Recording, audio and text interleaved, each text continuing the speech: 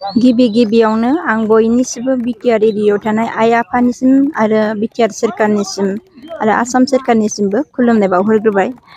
जोङो दायो क'क्राझार डिस्ट्रिक्टनि लागुरि गेलेगिरिफोरखौ डिस्ट्रिक्ट सेलेक्सन खालामदों। दिनै 2 अक्ट' 2 जुन। दायो जोङो सिखोना जोहोलाव उसु स्पर्टस एकाडेमि बुहुत गोबावनिफ्रायनो खालामनायनि प्लेनिं खालामबाय थाखानायमोन। जों दा लागुरिनि थ्रुयैनो सिखोना जोहोलाव उसु स्पर्टस बा लागुरि स्पर्टस बेनि एकाडेमिखौ अपेनिं खालामनायजों लोगोसेयै दिनै डिस्ट्रिक्ट सेलेक्सनखौ खालामदों लागुरिनि। दा बे टिमाव बाहागो लाफैनाय क'क्राझार डिस्ट्रिक्टनि लागुरि प्लेयारफ्रा जाय मोजां पारफरमेन्स लाखिदों बिसोरखौ जोङो सेलेक्सन खालामनानै सेलेक्सन मोननाय प्लेयारफोरा स्टेट गेलेहैगोन। फैगौ 7-8 अक्ट'आवहाय बियो बेरगाव उदालगुरि बेरगाव प्लेग्राउन्डआवहाय जागोन। लागुरि गेलेनायनि सोमोन्दै एसे फोरमायहरनो। लागुरिया मोनसे 300 बोसोर सिगांनिफ्रायनो सृष्टि जानाय। बेखौ श्री कृष्णआनो भगबान श्री कृष्णआनो दिहुनजेनदोंमोन बा गेलेजेनदोंमोन। बियो बै समावहाय 300 बोसोर सिगांनिफ्राय सोलिबोबाय थानाय मोनसे इन्डिजिनियास गेममोन। बियो फैयै फैनानै बेखौ स्कुल लेभेलनिफ्राय सोलिबोबाय थादों आरो गभर्नमेन्ट स्पर्ट्सआव दा बिथां सतीश गौरब सार बिथाङा गभर्नमेन्ट स्पर्ट्सआव बेखौ रिकगनाइज खालामबाय। दा बियो थांनाय गवा नेसनेलाव डेमनस्ट्रेसन सोलिदोंमोन। बेनिफ्रायनो दा बे गेमा नैबे फैगौ अक्ट'बर नभेम्बराव जानो गोनां नेसनेल गेम्सआवहाय बे गेमखौहाय हाबबाय। दा जोंनि बै आन्डार 19 प्लेयारफोरा स्टेट चेम्पियन जानानै जुदि नेसनेल लेभेलाव चेम्पियनसिन जाहैबावोबा बिसोरो बेयाव बे गेमाव बाहागो लानो खाबु मोनगोन। दिनै टटेल मोनसे आन्डार 19आवहाय फुटबल सिस्टेमै बे गेमा फुटबलाव जेरेखम 15 जन प्लेयार थायो बे गेमावबो 15 जन टिम थायो। दा 15 जनाव 12 गेलेगोन, बाखिया स्टेन्डबायाव थागोन।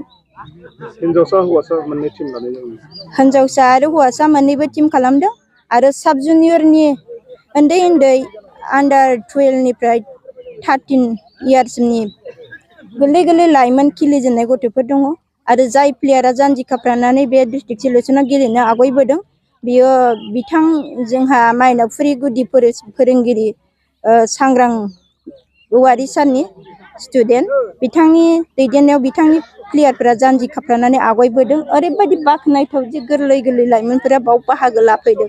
दा बे गोरलै अबस्थानि लाइमोनफ्रा आन्डार 12 बिसोरो जुदि सेलेक्सन मोनोबा जाय पारफरमेन्स दिन्थिनो हागोन बेखौ दिनै बेनिफ्रायनो सायख'नानै स्टेट लेभेलाव लांनाय जागोन। आरो बै प्लेयारफ्रा स्टेट लेभेलाव जुदि सेलेक्सन मोनहैयोबा राफोद स्ट्रं भाबै जुदि पइन्ट लाखिहैनो हायोबा बिसोरखौ नेसनेल चेम्पियनशिपआव लांनाय जागोन। आसामाव बे गेलेनाया बेसेबां समनिफ्राय जादों? आसामाव बे गेलेनाया गोदानैनो होनजायो। फ्राय थांनाय नेसनेलावहाय गवा नेसनेलाव पार्टिसिपेट खालामहैनाय बा डेमनस्ट्रेसन खालामहैनायाव जोंनि आसामनिबो दं, आसामनि प्लेयारफोर दं। बे थांनाय बोसोरनिफ्रायसो जोंनि आसामाव सोलिबाय थादों आरो फ्रायनो नै गोदान दिनैसो फार्स्ट टाइम होनजायो क'क्राझार डिस्ट्रिक्टआव आङो बे स्पर्ट्सखौ लानानै फैनाया। Actually government sports government recognise गेमखौ नोजोर बोनानै आं बे गेमखौ लाबोनाय जादों। जे जों बयबो मिथियो जे फरायनायजों लोगोसे स्पर्ट्सआव बाहागो लानानै बारायलांनो हायोबा सासे प्लेयारा सासे स्पर्ट्स गेलेगिरिया खुदके गावनि लाइफखौ दानानै लानो हायो आरो गावनि आथिङाव गसंथानो हायो। आरो स्पर्ट्सनि बे मोनफ्रोमबो रिकगनाइज स्पर्ट्सनि गेलेगिरिफोरा नेसनेल प्लेयारसिम बा इन्टारनेसनेल लेभेलसिम सहैनानै मेडेलिस्ट थायोबानो मोनफ्रोमबो डिपार्टमेन्टआव जब होयो मोनो। नै दा उसुनिफ्रायबो दुरान्ड कापनि थ्रुयैनो आं बाख्नायो बिथां सिअ कामान्डेन्ट बा आर्मि चिफ बिथांमोनहा उसुनिजों लोगोसे माखासे प्लेयारफोरखौ जे नेसनेल लेभेलाव मेडेलिस्ट थानायफोरखौ आर्मियाव सिदायैनो जयेन होनो बिसोरखौ बिसोरनि हाइट आरो सार्टिफिकेटफोरखौ चेक खालामफिननानै होगोन होननानै बिथांमोनहा गासिखौबो जमा लानाय दं आरो बियो जाफुंगोन। सासे प्लेयारा गावखौनो गायसननायनि इयुना माबायदि?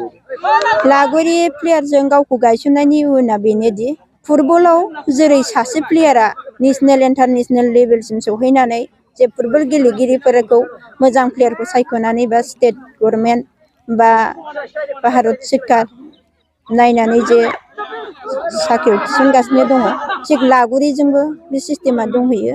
फैबाय थानाय नैबे नेसनेल गेम्सआव बाहागो लानाय प्लेयारफ्रा जुदि मोजां पारफरमेन्स लाखिनो हायोबा जोंनि आसामनिफ्रायनो वर्ल्ड टीमाव उइनार जाबोयोबा बेयावबो गावनि खुदके लाइफखौ दानो हानायनि पुरा पावार मोन्थाया दं। आं बेखौनो गासैबो आइ आफानिसिम मेसेज होनो लुबैयोदि आङो प्रथम बिगि गामियावनो जन्म मोनदों आरो गामिनि गोबां उन्दै समनिफ्रायनो रायजो राजा आरो दैथुन क्लाबनि दैदेनगिरिफोरजों उन्दै समनिफ्राय आं बुहुत अनजाबोदों आरो बे फिल्डखौनो आं दिनै गावनिनो असे जोनोम बिमा बैसोमुथा होननानै आं मानियो। मानोना बे गामिनिफ्राय बे फिल्डआव गेलेजेननायनिफ्रायनो आं सासे दिनैसिम फैबाय थानाय समाव नेसनेल जाज कच बा लागुरिनि सासे डिस्ट्रिक्ट दैदेनगिरि बेनि थाखायनो हिसाबै सफैदों आरो ओरैबायदि बाख्नायनांगोन आं बे गामिखौ जायनाखि सासे आइजोआ गुबुन जायगायाव न'निफ्राय हरजायोब्ला बै गामिनि जाहैयो नाथाय बे गामिया ओरैबायदि सोदोमस्रि गोनां दिनैसिमबो गावनि जोनोम जायगायाव जेरै गोदो थागिबि जायगा दं दासिमबो दं। बेखायनो आं दिनै गामियारि एरियायाव जेरै आंखौ बे गामिनि रायजो राजाया जोबोद थुलुंगा होनाय अननायनि गेजेरजों आं सासे कच बा प्लेयारनि सिनायथिखौ मोनदों। दिनै आरो दिनै लाइमोन गथ'फोरखौ दैदेनफिननो मोनदों बे गामिनिफ्रायनो मोनदों। बेखायनो आं दिनैसिम बे गामि एरियाखौ आरो आं बायदि मोजां लाइमोन गेलेगिरि ओंखारो आंनिफ्राय साबसिन ओंखारलाङो आरो गामिखौ गेरेमसा खालामो आं बेखौनो इसोरनि खाथियाव प्रार्थना खालामो। आंनि बे गोदान एकाडेमि मुङानो जाहैबाय सिखना जोहोलाव स्पर्टस एकाडेमि। जोङो बे एकाडेमियाव मोननै गेमखौ दा आखायाव लादों लागुरि ओमफ्राय उसु। बे मोननै गेमखौ लानानै जोंहा गोबां मिजिं दङ। जेरै दिनै जोङो district level Kokrajhar district level लागुरि प्लेयारखौ जेरै सेलेक्सन खालामगासिनो दङ बे सेलेक्सन खालामजानाय गेलेगिरि बिथांमोनहा नै 7 आरो 8 जुनाव उदालगुरियाव स्टेट लेभेलनि खेला जानो गोनाङाव गेलेहैगोन। दा थिग बिदिनो स्टेट लेभेलावबो बिसोरो सेलेक्ट जायोबा नेसनेल लेभेलावबो जोङो बिथां प्लेयारमोनखौ दैथायहरगोन। दा जोंनि बे एकाडेमिखौ लानानै जोंहा गोबां गोजौ मिजिं दङ। दिनैसो जुरिनाय दा बिथां जोंनि सेक्रेटारि उदांस्रि बसुमतारी बिथाङाथ' स्पर्ट्सजोंनो गोबां सोमोन्दो थाखानाय बिथाङानो दैदेनगोन। ओमफ्राय जोङो जोंनि टिमा सापर्ट खालामगोन बिथांखौनो बिथांनि दिथा बायदियैनो जोंनि एकाडेमिया आवगायलांगोन। गामिनि रायजो राजाफोरा माबायदि मदद होदों? गामिनि रायजो राजाफोरा माने गोदान बुस्थुआ गोदान हिसाबै दा मददआ एसे माने नांगौसिबांखौ मोनथ'वाखै। उनावहाय जोंनि गामिनिल' बाथ्रा नङा बियो जोंनि क'क्राझार जिल्लानिफ्रायनो जोङो गोबां मददखौ मोनगोन। गोबां गेलेगिरि जोंनिसिम फैगोन बेखौ मिजिंथिबाय। आच्चा बे डिस्ट्रिक्ट लेभेल जोंहा लागुरि गेलेनाय प्लेयार सेलेक्सनाव जोङो नैबे जोंनि आइथु गामियावनो सिखोना जोहोलाव स्पर्ट्स एकाडेमि जों गायसननो लाबाय। बे गायसननाया दिनैनिफ्राय जागायबायानो। दा बेजों लोगोसे जों दा जेरखम दिनै डिस्ट्रिक्ट लेभेलाव जों दतमानिफ्राय लाबोदों ओरैहाय जोंनि खाथि खालानि माखासे गथ'फोरखौ लानानै जोङो प्लेयार लिस्टखौ सेलेक्ट खालामबाय आरो बे सेलेक्ट खालामनायाव हयथ' जानो हागौ आन्डार 19 गेलेनो हाग्रा, आन्डार 17 गेलेनो हाग्रा, आन्डार 13 गेलेनो हाग्रा गथ'साफोर दङ। दा बेवहाय जोङो कलेज लेभेल बा इउनिभार्सिटि लेभेलाव फरायनायफ्रा साबसिनै दासान्दि गोख्रोङै गेलेनो हायोब्ला गावनि देरहासारनायजों गावनि लामा दानो हानाय बेखौ जों नुदों। आरो लोगोसे इयुन जोलै नैबे दा फैबाय थानाय गुदि फरायसालि बिसेसकै आंनि गुदि फरायसालिनिफ्रायनो आङो लाबोदों हिन्जावसा हौवासा बुरजायैनो दङ दा गेलेगासिनो दङ। दा हयथ' बे गेलेबाय थानायाव जोंनि उन्दै उन्दै फरायसाफ्रा हयथ' फरायनायजों लोगोसे जुदि गेलेनायखौ लांफायाब्ला इयुनाव हयथ' फरायनायल'जोंबो जों सौहाहैनो हानाय दानि समाव जों नुवाखै। बायदि बिथिंनि गेलेनाय सोरबाबा बेबायदिनो दा लागुरिया दा गोदान अबस्से बिनि सिगां जायफ्रा बेबायदिनो एथलेटिक्स गेलेबाय, आर्सारि गेलेबाय, किक बक्सिं गेलेबाय, बायदिसिना इभेन्टखौ गेलेबाय। गेलेनायनि गेजेरजों जायफ्रा माने गोजौ थाखोसिम थांनायजों लोगोसे ओरै नेसनेल लेभेलनि सार्टिफिकेटसिम मोननाय बा स्टेट लेभेलनि सार्टिफिकेट मोननाय बैफोरबो दानि समाव एसे खामानियाव फैबाय। दा बेखायनो फैबाय थानाय नैबे इयुन जोलैफ्रा दा जुदि मोजां गेलेयोबा नैबे लागुरिया दा गोदान गायसनजानाय हिसाबै गोदान गेम हिसाबै मानसिफ्रा गोबां मिथिजोबा। दा बेखायनो जों एवारनेस होनो लुबैनायजों लोगोसे बे प्लेयार सेलेक्सनखौ जों जोंनि आइथु गामियावनो लादों।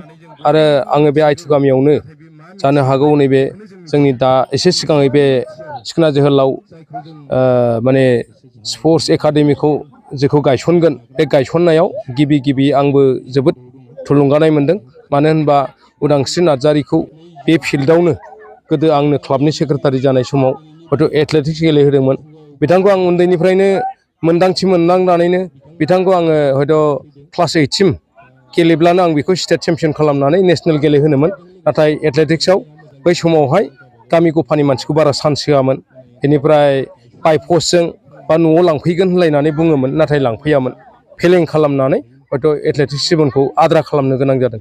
बेनिखायनो आङो क्लास 8 सिमाव सानसेखालि सोंनायाव आद्रा जानानै दं होनबाय, स्टेट बारनो हायाखिसै। अब्ला मा खालामगोन, नोंहाथ' थोजासे स्ट्रेंथ दङ, बे स्ट्रेंथखौ नोङो मानो ओरैनो थानो, नांगौब्ला नों मा मोनसे गेलेनो हायो। दानि समाव बायदि इभेन्ट गेलेनाय फैगासिनो दं, जेरै उसु, किक बक्सिं, जुद', केरेटि, टाइकन्ड', ओमफ्राय बेदिनो कम्फु। बेफोरो गोबां मार्शेल आर्टनि गेलेनायखौबो बिथांखौ आं गेलेहोदों। 12 मासाव 13था गल्ड मेडेल लादों। दा 12 मासाव 13था गल्ड मेडेल लानायाव 11था गल्ड, 2ल' सिलभार, जेननाय गैया, थार्ड पजिसन गैया। जाय जिबनखौ आं नुनानै होमबा नों बे गेलेनायनिफ्राय बबे इभेन्टआ साबसिन बेखौ नों सायख'दो होनना बुंनायाव अल राउन्ड स्टाइलनि गेलेनायाव बियो उसुखौ साबसिन मोनो होनना बुंदों। दा बेखायनो नोङो अलरेडि जुदि उसुखौ गेलेनो मोजां मोनबायब्ला नों उसुजों थांदो आउट अफ इन्डिया टारगेट। आरो आंहा मोनसे हुदा दंमोन, नैबे नोंदानि आखाइखौ नाय हाथुराया माबायदि होननानै आं सेम्बल होयोमोन। बेनि गोसोआव मेम'रि जाखांहैयोमोन जाहैबाय, हाब आंनि आदाया बेबायदि स्ट्रेंथ होदों, आं मान सन्मान सहखारै आं नाजानि, बेबायदिबो जादों। दा बेखायनो बेयो चाइनायावबो गेलेहैनो हादों। आरो जाय चाइनायाव गेलेहैनायनि मेन सिंनि माने प्लेन पलिसिया आंनावनो दङ। आं खेलाखौ गोबां रोङा, नाथाय गाइडखौ आं हायो। दा बे हानाय बायदिनो आं बेखौ सानसे समाव चाइनायावबो हगार हरनायनि लामाखौ आं सिङाव लादों। दा बे सिंनि लामाफोरखौ आं बुंजोबला, मथा मथि देरहासार जानो हादों। आरो बिथाङा बेबायदिनो उसु गेलेयै दा नेसनेल जाज जानो हाबावदों उसुनिनो। दा बेयावबो बावैसो सिगां 8-9 माससो सिगाङै बिथाङा जेब्ला नेसनेलाव उसु जाज हिसाबै सायख'जानो एग्जाम हैनो थांदोंमोन, अब्ला आङो माखासे बाख्नाय बान्था हिसाबै बिथांखौ एसे एवारनेसबो हरदोंमोन। दा बे एवारनेस हरनायजोंनो बिथाङा थारैनो माने बे उसु जाज जानो हाबोनाया फार्स्ट पजिसन आसामनि बिथोरावनो बा बिटिआरनि गेजेराव लाजाबाय बर' हिसाबैबो, बेबायदि आरो मोनसे समाव इन्टारभिउ लादोंमोन सासे मानसिया। बेयो जेब्ला चाइनायाव थाङोमोन अब्ला बुंदों, नोङो चाइनानि सिख्लाफोरजों बादायनानै देरहासार जानो हागोनफा होननानै मोनसे कुइसन होदोंमोन सासे गेदेमाया, जाय चाइनायाव थांनायनि फैसा फाइनान्स खालामदों बिथाङा।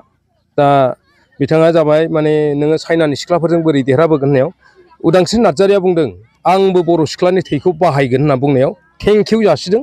आरो बिनि थेंकिउआ आंनि गोसोआव मोनसे माला जानानै थाबाय। आरो बे मालाया जाबाय, आंबो बावा, बिथां उदांस्रियाबो हयथ' बावनाय नङा, बावनोबो नाङा। दा बिदिखायनो गामिनिफ्राय देरहासारलांबाय थानायनि खाबुखौ जुदि मोनसारनायनि उनाव दा मा गावल' रोंना थाब्लाथ' जाया, इयुन जोलैखौ गामिखौबो नायनो गोसो जानाय बिथांहा दङ। आरो आंबो गामियाव थानानैनो गामिनि गथ'खौबो दैदेनो।